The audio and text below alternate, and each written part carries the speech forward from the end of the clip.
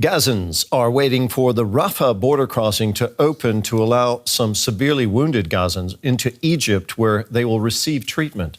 With foreign nationals hoping to leave Gaza, the Rafah crossing has been the only means of getting crucial aid into the Strip. Egyptian media have reported a deal to allow 81 injured people, including children, to cross in the coming hours. Information from Gaza has been all but shut down by a mobile phone and internet blackout. Well, let's bring in Alyona Sinyenko here. She's a spokesperson for the Red Cross and joins us from Jerusalem.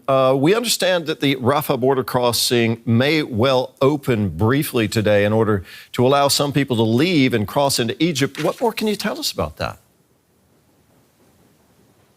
Well, just like everybody else, we are following the situation and we're waiting what's going to happen. And we hope that people who want to evacuate, they can reach safety. But for us, as the humanitarian organization working in Gaza on the ground, the main priority is delivering humanitarian assistance to hospitals in Gaza, because they're running critically short on the essential medical supplies. Last week, we managed to bring some of the trucks in, but this is infinitely small compared to the massive scale of the needs that we're seeing.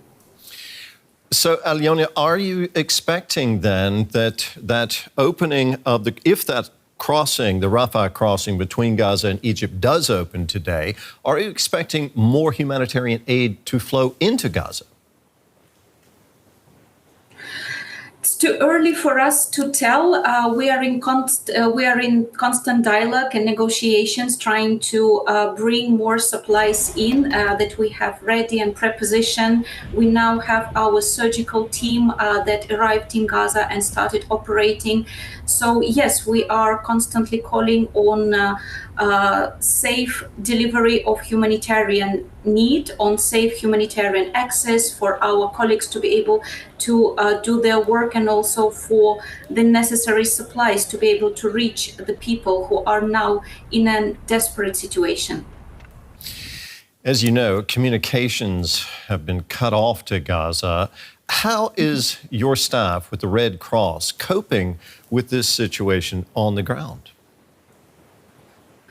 Well, last night, I was still managing to reach and speak to our colleagues in Gaza. We try to be in contact with them all the time because it is an extremely difficult situation for them, just like for all the other civilians who are there with relentless sounds of explosion, shelling. It's extremely difficult. I haven't been able to speak to them this morning. We're, of course, extremely worried because it's important for us to be able to reach our staff to carry out our work. It's impossible to put up a large humanitarian response without the functioning telecommunication lines, but also just for civilians.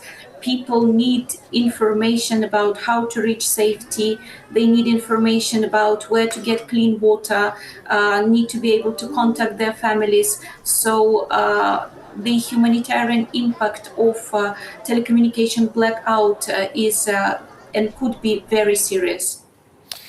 What about the limited aid that is getting into Gaza? It's simply not enough to go around. The needs are so great and the supply of aid is so small. How do you prioritize who gets that aid? How do you distribute it? How do you make that decision? Well, for us right now, the priority is medical supporting hospitals. And because what we have seen after we have visited hospitals around Gaza in different areas was horrifying. We have seen medical professionals who have now been working for weeks in a row without any pause.